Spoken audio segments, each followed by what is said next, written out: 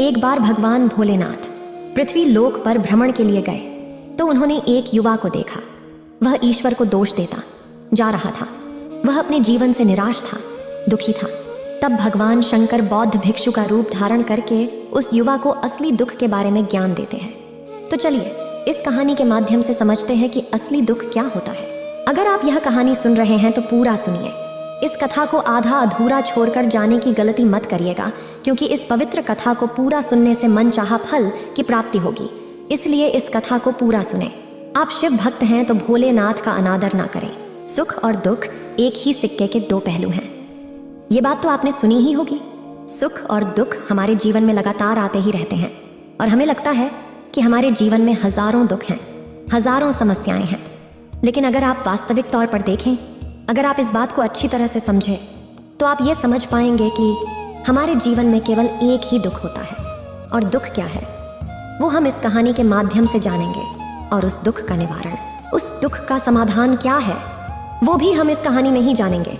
तो इस कहानी के अंत तक जरूर बने रहिए। एक समय की बात है, एक गांव में एक व्यक्ति रहता था। उसका नाम सोनू था। वह बड़ा आलसी था और अपने जीवन से बहुत निराश था। और उसका कारण यह था कि उसने अब तक अपने जीवन में कुछ भी हासिल नहीं किया था। वह कुछ भी नहीं करता था। उसके घर वाले भी इस बात से बहुत परेशान रहते थे। वे चाहते थे कि वे बाहर जाकर कुछ अच्छा काम करें, कोई अच्छी नौकरी कर ले, लेकिन वह उनकी एक नहीं सुनता था। उसके घर वाले दूसरों का उदाहरण देकर उसे ताने मारते थे, उसे तरह तरह की बातें कहते थे, लेकिन उसे कोई फर्क नहीं पड़ता था। जबकि उसके सारे मित्र कामयाब हो चुके थे। कोई अच्छा व्यापार कर रहा था तो कोई अच्छी नौकरी कर रहा था, जिस कारण जब भी वो लोग मिलते तो वे लोग अपनी बढ़ चढ़कर बड़ाई किया करते। लेकिन सोनू कुछ नहीं करता था, जिस कारण जब भी कोई उससे पूछता कि तुम क्या कर रहे हो, तो वह कुछ नहीं कह पाता। उसे यह कहने में बहुत शर्म महसूस होती थी कि वह कुछ नहीं करता। वो हमेशा सबसे केवल एक ही बात कहता था कि मैं कोशिश कर रहा हूँ, लेकिन उसकी कोशिशों का कोई भी फल किसी को नजर नहीं आ रहा था। देखते ही देखते अब ऐसा समय आ चुका था कि सोनू सभी से मुंह छिपाता फिरता, ताकि कोई उसे यह न पूछ ले कि तुम क्या करते हो, जिस कारण वो कभी किसी के सामने भी नहीं आता था। धीरे धीरे उसका मन दुखी होने लगा था। वह बहुत निराश रहने लगा था। उसे अब ऐसा प्रतीत होता था मानो वह इस धरती पर बोझ है, जिस कारण वो अपने आप को बहुत अकेला महसूस करता, बहुत तन्हा महसूस करता। एक दिन तो उसके मन में ये भी विचार उत्पन्न होने लगे कि मेरे हाथों में कुछ नहीं है तो मैं क्या कर सकता हूँ। अकेले बैठकर वह रोता रहा और भगवान को दोष देता रहा। एक दिन छुपता छुपाता वह घर से निकलकर कहीं जा रहा था। तभी उसने रास्ते में देखा कि एक बौद्ध भिक्षु लोगों को प्रवचन दे रहे हैं और प्रवचन में वह दुख की बातें कर रहे हैं। सोनू कुछ देर के लिए अपना मुंह छुपाकर वहीं पर खड़ा हो गया ताकि उसे कोई देख न ले, और चुपचाप वह उन भिक्षु की बातें सुन रहा था। बौद्ध भिक्षु सभी को प्रवचन में कह रहे थे कि दुख हमारा सबसे बड़ा साथी है। हमें दुख अपने जीवन के बारे में समझाता है और हमें सही जीने का तरीका बताता है। यह हमारे गुरु की तरह है, जिससे हमें सीखना चाहिए। आप चाहें तो अपने जीवन में अपने दुखों को अपना गुरु बना सकते हैं और उससे सीख सकते हैं, या फिर आप चाहें तो अपने दुखों पर बैठकर रो सकते हैं। लेकिन इससे आपको कोई लाभ नहीं मिलेगा, बल्कि आप दिन ब दिन और कमजोर होते जाएंगे, निराश होते जाएंगे। सोनू छुप छुप कर उन बौद्ध भिक्षु की ये सारी बातें सुन रहा था। जैसे ही उपदेश खत्म हुआ, वह उन बौद्ध भिक्षु के पास पहुंचा। उन्हें प्रणाम करके वह कहता है, हे महात्मा, अभी आप कुछ देर पहले दुख को गुरु बता रहे थे। आप कह रहे थे कि दुखों से हमें सीखना चाहिए, हमें उन्हें अपना गुरु बनाना चाहिए। लेकिन मैं भी तो अपने दुखों से परेशान हूँ, अपने जीवन से परेशान हूँ। मैंने अब तक जो दुख झेला है, मुझे तो कभी ऐसा प्रतीत नहीं हुआ कि मेरे दुख मुझे कुछ सिखा रहे हैं, बल्कि मुझे तो हमेशा यही लगता है कि वो मुझे पीड़ा दे रहे हैं, तकलीफ दे रहे हैं। पर दुख की पीड़ा बहुत भयंकर होती है। ऐसा लगता है अब इसके बाद हमारा जीवन समाप्त हो जाएगा, इसके बाद हमें कुछ नहीं मिलने वाला, और यहाँ तक कि हमें मृत्यु भी उसके सामने कम लगती है। जब लोग ताने मारते हैं, जब लोग ये कहते हैं कि तुम क्या कर रहे हो, तो मन को बहुत ठेस पहुँचती है और मैं उनसे कुछ नहीं कह पाता। सोनू की ये सारी बातें सुनकर वो बौद्ध भिक्षुक सोनू से कहते हैं, बेटा तुम्हें क्या दुख है और तुम दुख के बारे में ऐसी बातें क्यों कर रहे हो। सोनू ने अपने ऊपर बीती हुई सारी बातें उन बौद्ध भिक्षु को बता दी और कहने लगा, हे महात्मा, क्या आपके पास मेरे दुख का कोई समाधान है। सोनू की यह बात सुनकर वो बौद्ध भिक्षु मुस्कुराने लगे और सोनू से कहते हैं, बेटा जब तुम्हारे जीवन में कोई असली दुख आए तब तुम मेरे पास आना, मैं इसका समाधान तुम्हें अवश्य बताऊंगा। उन बौद्ध भिक्षु की यह बात सुनकर सोनू थोड़ा सा अचरज में पड़ गया। उसे यह समझ नहीं आ रहा था कि क्या उसने अब तक जो दुख झेला है वह असली दुख नहीं है। उसने जो अब तक पीड़ाएं सही हैं, जो ताने सहे हैं, जो तकलीफें उठाई हैं, क्या वह असली दुख नहीं है? आगे वह मन ही मन अपने आप से कहता है कि जब मुझे मेरे अपने नहीं समझ पाए तो ये बौद्ध भिक्षु मुझे क्या समझेंगे। इतना सोचकर वह वहां से चला गया। सभी लोगों के ताने सुन सुनकर सोनू बहुत थक चुका था, तो बहुत निराश हो चुका था, जिस कारण उसने निर्णय लिया कि वह अब कुछ करके दिखाएगा। उसने अपने पिता से थोड़ा सा रुपया लिया और उस रुपया से उसने एक व्यापार शुरू किया। उसके पिता बहुत खुश थे कि कम से कम मेरा बेटा कुछ करने का प्रयास तो कर रहा है, लेकिन उसे व्यापार में कोई सफलता नहीं मिल रही थी, जिस कारण वो बहुत ही हताश हो चुका था। वह बहुत निराश हो चुका था। उसे ये समझ नहीं आ रहा था कि वह क्या करे, किस तरह से अपने व्यापार को आगे बढ़ाए। तभी उसके पिता ने उससे कहा, बेटा कोई बात नहीं, इसी तरह से प्रयास करते रहो, आज नहीं तो कल सफलता अवश्य मिलेगी। सोनू ने अपने पिता की बात मानी और अपने व्यापार में और भी कड़ी मेहनत करने लगा। धीरे धीरे उसे सफलता मिलने लगी और फिर उसने रफ्तार पकड़ ली। देखते ही देखते केवल 3 सालों के अंदर वह एक बहुत बड़ा व्यापारी बन गया। अब उसके पास धन दौलत की कोई कमी नहीं थी। लोग जो उसे पहले नापसंद किया करते थे, अब उसे पसंद करते थे, उसकी चिंता करते थे, उसके कार्यों की सराहना करते थे। उसके माता पिता भी अब अपने बेटे से बहुत खुश थे और उसकी सफलता से वे अत्यंत प्रसन्न थे। धीरे धीरे सोनू के मित्रों की संख्या लगातार बढ़ती जा रही थी। सोनू के कुछ मित्रों ने उसे यह भी सलाह दी कि उसे अपना व्यापार और तेजी से बढ़ाना चाहिए, उसे और फैलाना चाहिए। जब तुम आज केवल इस नगर के सबसे बड़े व्यापारी हो, तब तुम इतना खुश हो, तुम्हारे साथ ये सारे लोग हैं। वहीं पर तुम सोचो कि जब तुम इस राज्य के सबसे बड़े व्यापारी बन जाओगे, तब तुम्हारे यहाँ पर लोगों की भीड़ लग जाएगी। लोग तुमसे मिलने के लिए समय निकालेंगे। यहाँ तक कि इस राज्य का राजा भी तुमसे मिलना चाहेगा, तुम्हारी तारीफ करेगा, और यदि कभी ऐसी जरूरत आन पड़ी तो वह तुमसे धन भी उधार लेने के लिए अवश्य आएगा। सोनू को अपने दोस्त की यह बात बहुत पसंद आई। सोनू ने सोचा कि मेरे मित्र सही कह रहे हैं, मुझे अपने व्यापार को और बड़ा करना चाहिए और फैलाना चाहिए, तभी तो हर कोई मेरे बारे में जान सकेगा, हर कोई मुझे पहचानेगा। उसने बिना देरी किए, अपने समय को बिना गवाए अपने व्यापार में और मेहनत करने लगा। लेकिन अब की बार उसके मन में धैर्य नहीं था, जिस कारण उसने कुछ अनुचित कदम उठाए ताकि उसका व्यापार जल्दी से जल्दी और बड़ा हो जाए। उसने कई लोगों से अधिक मात्रा में धन उधार ले लिया, जिससे उसके ऊपर अब काफी ऋण हो चुका था। और इतना ही नहीं, वो यहाँ पर नहीं रुका। उसने अधिक से अधिक मुनाफा कमाने के चक्कर में अपने माल की गुणवत्ता को भी खराब कर दिया, जिससे अब उसके माल में वह बात नहीं रह गई थी जो पहले हुआ करती थी। लेकिन वह अपने मित्रों की बात सुनता रहा। जैसा उसके मित्र कहते थे वो वैसा ही करता चला जा रहा था। यहाँ तक कि उसने अपने व्यापार को और भी तीव्रता से बढ़ाने के लिए अपने दूसरे छोटे व्यापारियों के खिलाफ षड्यंत्र भी रचने शुरू कर दिए, जिस कारण उसके मन में अब पहले जैसा वह सुकून नहीं था। उसे अब रातों को नींद नहीं आती थी। वह केवल एक ही विचार में लगा रहता था कि किस तरह से उसका व्यापार पूरे राज्य में फैल जाएगा और वह इस राज्य का सबसे बड़ा व्यापारी बन जाएगा, जिस कारण वह दिन रात केवल इसी मेहनत में लगा रहता, वह किसका व्यापार जल्दी से जल्दी और बड़ा हो जाए। हालांकि उसके पास अब सब कुछ था, धन दौलत, अच्छा घर, गाड़ियां, नौकर चाकर, सभी सुख सुविधाएं, लेकिन उसके बावजूद भी वह उन चीज़ों का लाभ नहीं उठा पा रहा था, क्योंकि उसका पूरा ध्यान केवल अपने व्यापार को और उन्नति पर ले जाना था। एक दिन सोनू अपने रथ पर बैठकर एक मार्ग से होकर गुजर रहा था। तभी रास्ते में उन्हें गुरुवर का आश्रम पड़ा। ये देखकर वह उन बौद्ध भिक्षु के पास गया और बौद्ध भिक्षु से कहने लगा, हे महात्मा, आपने कहा था कि जब मेरे जीवन में कोई असली दुख आए तब मैं आपके पास आऊं। इस कारण मैं यहाँ पर आया हूँ। आज मैं बहुत दुखी हूँ। मैं रातों को सो नहीं पाता। मेरे पास सब कुछ होते हुए भी मैं उनका लुत्फ नहीं उठा पाता। उसने अपनी सारी बातें एक एक करके उन बौद्ध भिक्षु को बता दी।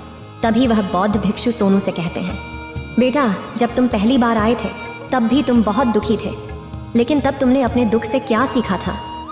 इसके जवाब में सोनू उन बौद्ध भिक्षु से कहता है, हे महात्मा, जब मैं अपने जीवन में कुछ नहीं कर पा रहा था तब मैंने अपने दुखों से यह सीखा था कि केवल सोचने मात्र से कुछ नहीं होगा।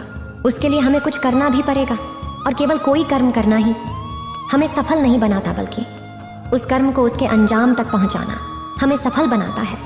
फिर चाहे रास्ता कैसा भी हो, फिर चाहे परिस्थितियां कैसी भी क्यों ना हो, फिर चाहे कितनी ही बाधाएं आपके रास्ते में क्यों ना आ जाएं, चाहे ऐसा क्यों ना लगने लगे कि अब आपके जीवन में कुछ नहीं बचा और आप कुछ नहीं कर सकते, तब भी हौसला बनाए रखो, उम्मीद न छोड़े और अपने कार्य पर डटे रहो, यह सोचकर कि जब तक मैं अपने कार्य को सफल नहीं कर लेता, जब तक मैं अपने लक्ष्य तक नहीं पहुंच जाता, तब तक मैं इस कार्य को करता रहूंगा। मैं इस कार्य में अवश्य सफल होकर ही रहूंगा। जबकि बाकी लोग केवल सफल लोगों को महत्व देते हैं, उनके कर्मों को नहीं। सोनू की ये सारी बातें सुनकर वह बौद्ध भिक्षु मुस्कुराने लगे और इस सोनू से कहते हैं, बेटा, जब तुम्हारे जीवन में असली दुख आए तब तुम मेरे पास आना, मैं तुम्हारी समस्या का समाधान अवश्य करूंगा। इतना कहकर वह बौद्ध भिक्षु वहां से उठकर चले गए। सोनू एक बार फिर से उनकी ये बातें सुनकर आश्चर्यचकित रह गया। उसे अब ये समझ नहीं आ रहा था कि क्या उसने जो दुख देखा है, उससे जो तकलीफें अब तक सही हैं, क्या वह असली दुख नहीं है।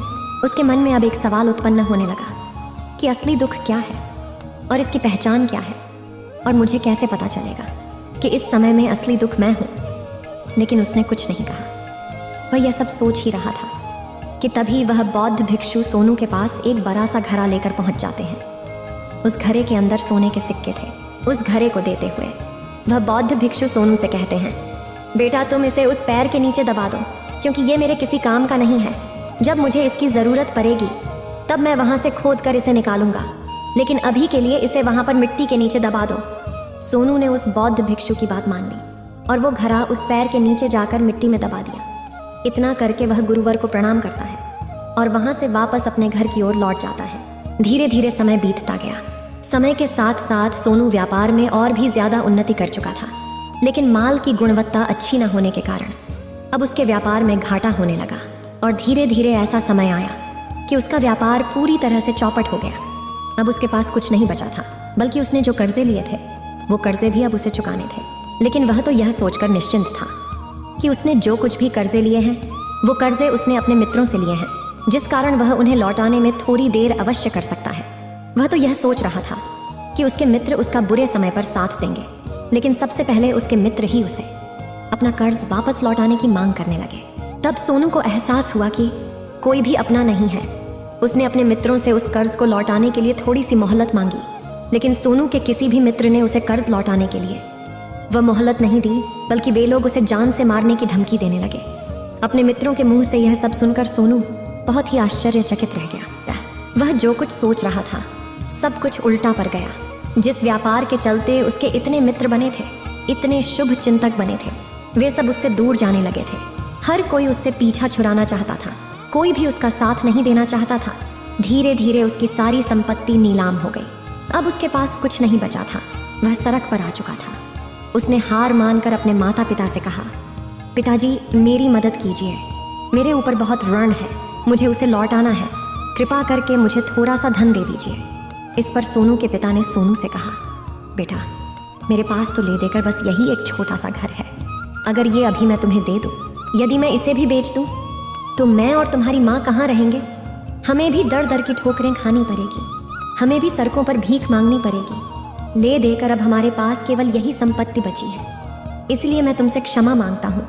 अपने माता पिता के मुख से यह सुनकर सोनू चुपचाप वहाँ से चला गया और मन ही मन वह सोच रहा था कि अब मेरे पास कुछ नहीं बचा, जो था वह तो सब लुट गया, बर्बाद हो गया। अब मैं जीकर क्या करूँगा? अब मेरे पास केवल एक ही रास्ता है जिससे मैं अपने कर्जदारों से अपना पीछा छुड़ा सकता हूँ। यह सोचता हुआ वह एक ऊंची पहाड़ी की ओर पहुंचा।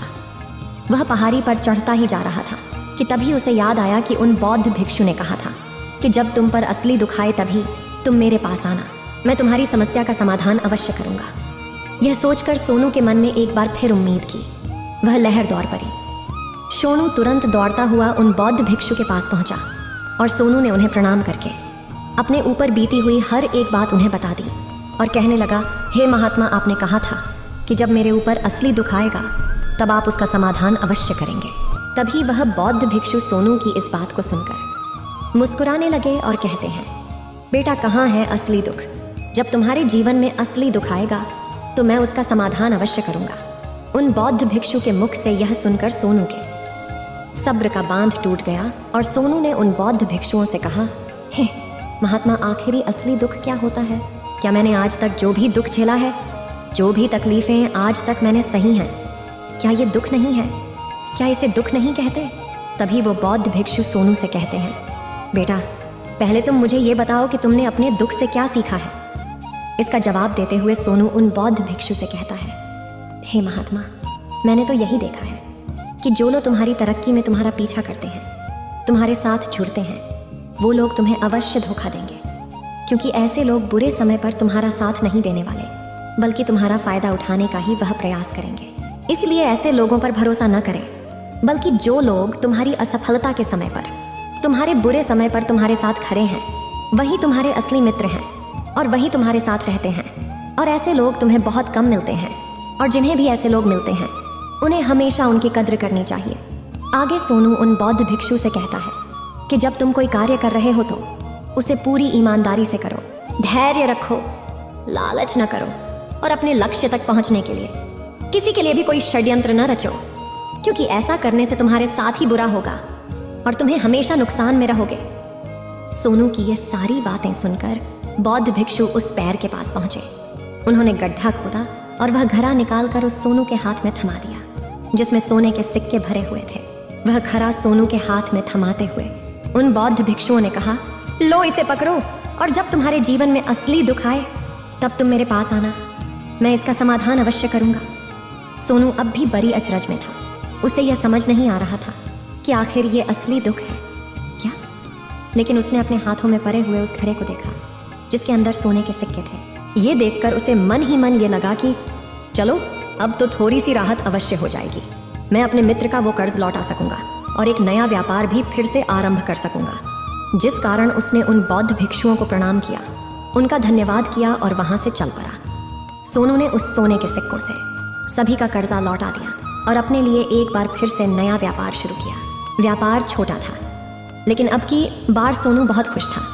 उसने पूरी ईमानदारी, मेहनत और लगन के साथ अपने व्यापार पर काम किया और देखते ही देखते एक बार फिर से वह एक बड़ा व्यापारी बन गया। लेकिन अब की बार वो बहुत खुश था, क्योंकि इस बार उसने कोई लालच नहीं की, ना ही किसी के लिए षड्यंत्र रचा, बल्कि उसने पूरी ईमानदारी और मेहनत के साथ अपने व्यापार पर काम किया। लेकिन जैसे जैसे आप धनी होते जाते हैं, जैसे जैसे आप अमीर बनते जाते हैं, आपके मन में एक डर और उत्पन्न होने लगता है, और वह अपनी दौलत को न खो देना, जिस कारण आप लोग दान करना शुरू कर देते हैं, पुण्य करना शुरू कर देते हैं, लोगों की मदद करते हैं, ताकि आपके जीवन में कभी कोई दुख ना आए। लेकिन यह जीवन सुख और दुख का संगम है, जिस कारण हर किसी को सुख और दुख से होकर गुजरना ही पड़ता है। इसी वजह से एक बार फिर से सोनू के जीवन में एक और दुख उत्पन्न हुआ। अब की बार उसके माता और पिता दोनों की मृत्यु हो गई। सोनू अपने माता पिता से बहुत प्रेम करता था, जिस कारण उसके मन को बहुत गहरा आघात पहुंचा। जब आखिरी बार वह उन्हें देख रहा था तो उसके मन में हजारों सवाल उत्पन्न होने लगे। वह अपने घर लौटा। घर लौटकर उसने देखा कि जिस संपत्ति के लिए वह हमेशा लड़ते झगड़ते रहते थे, आज उसकी देखभाल के लिए कोई नहीं था। उसके माता पिता ने जो भी मेहनत की, जो भी अपने जीवन में इकट्ठा किया, सब यही रह गया। लेकिन अब सब कुछ खत्म हो चुका था और सोनू का मन बहुत बेचैन हो रहा था। उसके मन में हजारों सवाल उत्पन्न हो रहे थे और वह अपने आप को बहुत अकेला महसूस कर रहा था। उसे बहुत खाली सा महसूस हो रहा था। उसने इधर उधर देखा, लेकिन उसे कुछ समझ नहीं आया। तभी उसे उन बौद्ध भिक्षु की याद आई। वे तुरंत ही भागा भागा उन बौद्ध भिक्षु के पास पहुंचा। उसे देखते ही उन बौद्ध भिक्षु ने सोनू से सवाल किया और कहा, क्या बात है बेटा, क्या कोई फिर से दुख आन पड़ा है? तभी सोनू ने कहा, नहीं गुरुदेव, अब तो सब ठीक है, लेकिन आज मेरे माता पिता की मृत्यु हो गई और मैं बहुत अकेला महसूस कर रहा हूँ। मैं बहुत दुखी महसूस कर रहा हूँ, जैसे कुछ खाली सा है, जैसे कुछ अकेलापन सा। तभी वह बौद्ध भिक्षु सोनू से कहते हैं, बेटा इसमें दुखी होने वाली बात क्या है? यह तो जीवन है, एक दिन तो सभी को जाना है। यहाँ पर कोई भी रहने नहीं आया और ना ही कोई रहेगा। हम सब एक न एक दिन मृत्यु को प्राप्त हो ही जाएंगे, और मृत्यु कब आएगी ये किसी को नहीं पता। हो सकता है कि तुम्हारी मृत्यु कल ही हो जाएगी, या फिर आज और अभी। यह सुनकर सोनू आश्चर्यचकित रह गया। उसने उन बौद्ध भिक्षु से कहा, हे महाराज, आप ये क्या कह रहे हैं? मैं तो अभी जवान हूँ और मुझे तो अभी अपनी पूरी उम्र जीना है। मैं तो जीना चाहता हूँ, कुछ करना चाहता हूँ, और आप कह रहे हैं कि मैं कभी भी मृत्यु को प्राप्त हो सकता हूँ। इस पर वो बौद्ध भिक्षु सोनू से कहते हैं, बंदे, इस भ्रम में मत रहना कि मृत्यु केवल बूढ़े को आती है। बूढ़ों के सामने तो उनके जवान बच्चे तक मर जाते हैं। मृत्यु कभी किसी की उम्र देखकर नहीं आती और ना ही किसी को बताकर आती है। उन बौद्ध भिक्षु के मुख से ये सारी बातें सुनकर सोनू और भी ज्यादा बेचैन हो गया और वो चुपचाप वहां से चला गया। उसके मन का वो खालीपन अब भी वैसे ही था। वह भी अपने आप को बहुत अकेला महसूस कर रहा था। उसके बाद से उसका मन अपने व्यापार में भी नहीं लगता। जब भी वह कोई कार्य करता तो उसके मन में ढेर सारे प्रश्न उठने लगते हैं। वो क्या कर रहा है, क्यों कर रहा है, और उसने इस कार्य को क्यों किया। उसके मन में अब एक और प्रश्न उत्पन्न होने लगा था। क्या हम यहाँ पर केवल इसीलिए आते हैं कि इस जीवन को भोगे और एक दिन मृत्यु को प्राप्त हो जाए। वह यह समझ नहीं पा रहा था कि जीवन का असली मतलब क्या है। उसने कई विद्वानों से पूछा, अपनी तरफ से जो मुमकिन हो सकता था खोजबीन की, लेकिन उसे कोई भी जवाब नहीं मिल पा रहा था। और जब उसे कोई जवाब नहीं मिला तो उसका दुख और भी बढ़ गया, जिस कारण उसके मन की बेचैनी और भी बढ़ चुकी थी। और उसे यह समझ नहीं आ रहा था कि वह क्या करे, कहाँ जाए, किससे पूछे। तभी उसे फिर से उन बौद्ध भिक्षु की याद आई। वे एक बार फिर से उन बौद्ध भिक्षु के पास पहुंचा और उसने अपने मन की सारी बातें उन गुरुवर को बता दी। तभी वो बौद्ध भिक्षु मुस्कुराने लगे और सोनू से कहते हैं, बेटा, आज पहली बार तुम्हारे जीवन में असली दुख उत्पन्न हुआ है। वास्तव में तो यही है जिसे हम दुख कह सकते हैं, जो दुख कहलाने लायक है कि हमें पता ही नहीं हम क्या कर रहे हैं, कहाँ जा रहे, क्यों जा रहे हैं, वो कौन है, क्या है, क्यों है, हम क्या करना चाहते हैं। तभी सोनू ने कहा, हे महात्मा, मेरे इस दुख का समाधान कीजिए, मुझे इस दुख का निवारण दीजिए। तभी वह बौद्ध भिक्षु सोनू से कहते हैं, हम सबके अंदर क्रोध, लालच, लोभ जैसी कई वासनाएं हमारे अंदर घर करके बैठ जाती हैं, जिस कारण हम अपने जीवन को टुकड़ों में जीते हैं और हमारी चेतना कभी एक नहीं हो पाती। हम कभी एक जगह सोच नहीं पाते, समझ नहीं पाते और हमारी ऊर्जा शक्ति भी पूरी तरह से छिन्न भिन्न हो जाती है। और आजकल के इस दौर में हमारे पास तो इतना भी समय नहीं कि हम एक पल निकाल करके, एक पल के लिए मूर कर अपने आप को देख सकें, अपने आप को समझ सकें। वास्तविकता में हर कोई यहाँ पर अपने जीवन भर केवल दुख दुख कहकर चिल्लाता रहता है, उसका समाधान निकालने का हर मुमकिन प्रयास करता है। लेकिन जिसे हम दुख समझते हैं वह तो दुख है ही नहीं, तो इसका समाधान आपको कहाँ से मिलेगा। ये तो परिस्थितियाँ हैं जिसके कारण हम अपने आप को दुखी समझते हैं, अपने आप को तकलीफ में समझते हैं। जैसे हम एक परिस्थिति से निकलते हैं, हम किसी दूसरी परिस्थिति में फंस कर रह जाते हैं। जिस प्रकार हम पहली समस्या का सामना करते हैं, उसी प्रकार हम दूसरी समस्या का भी सामना करते रह जाते हैं। और जब हम इन परिस्थितियों से हार मान लेते हैं, जब हमें लगता है कि अब कोई रास्ता नहीं बचा, तब हमारे सामने हमें केवल एक ही रास्ता नजर आता है और वह है मृत्यु। लेकिन यह कोई समाधान नहीं है, ये कोई रास्ता नहीं है। इसलिए यदि आप सचमुच अपनी समस्याओं का समाधान चाहते हैं तो अपने आप को इकट्ठा करना सीखें, अपनी ऊर्जा को इस संसार में वापस कीजिए, उसे एक कर और अपने ऊपर ध्यान लगा। मृत्यु से पहले अपने आप को पहचानो, अपने आप को जानो, अपने आप को बिखरने न दो। तभी सोनू उन बौद्ध भिक्षु से कहता है, हे महाराज, तो क्या हमें इस जीवन को नहीं जीना चाहिए? क्या हमें अपनी इच्छाओं को नहीं पूरा करना चाहिए?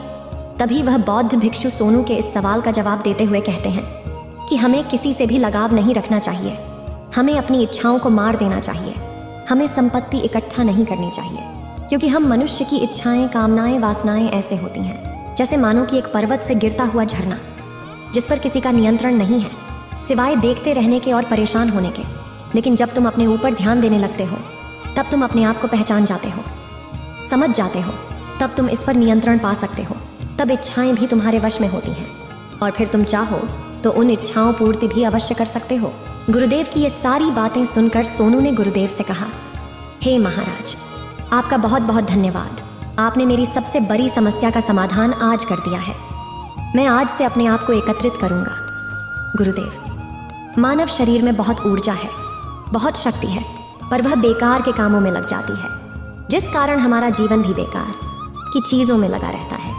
लेकिन हम कभी भी इस पर अपना ध्यान नहीं देते, हम कभी भी अपनी ऊर्जा को केंद्रित नहीं करते, अपने ऊपर कभी ध्यान नहीं देते। हमारा जीवन भी कुछ ऐसा ही है। हम अपने जीवन में हमेशा अपने आप से ऊपर वाले से सवाल करते रहते हैं कि हमारे जीवन में इतना दुख क्यों है। हम सभी के मन यह सवाल तो अवश्य ही उठता है, और इसका जवाब है कि वह ईश्वर यह चाहता है कि हम अपने जीवन के अंतिम दुख तक पहुंच सकें, उस गहराई तक पहुंच सकें जहां पर हमें यह पता चल सके कि हमने अभी तक अपने आप को नहीं जान, अपने आप को नहीं पहचाना। मानव शरीर के अंदर जो ऊर्जा है जो शक्ति है उसके बारे में हम अभी तक नहीं जानते। हम अपने आप को चाहे तो एकत्रित कर सकते हैं, अपने आप पर नियंत्रण पा सकते हैं, लेकिन हम अपनी इस ऊर्जा का बेअर्थ उपयोग करते रहते, व्यर्थ की चीज़ों में लगा देते, जिस कारण हम अपने आप को कभी नहीं पहचान पाते और ना ही कभी अपने आप पर नियंत्रण पा सकते हैं। लेकिन यदि आप अपने आप को जानना चाहते हैं, अपने आप को पहचानना चाहते हैं, तो पहले आपको खुद को एकत्रित करना होगा, अर्थात ध्यान लगाना होगा। ध्यान से ही आप अपने दुखों की उन समस्याओं का समाधान निकाल सकते हैं और तभी आप अपने आप को पहचान सकते हैं।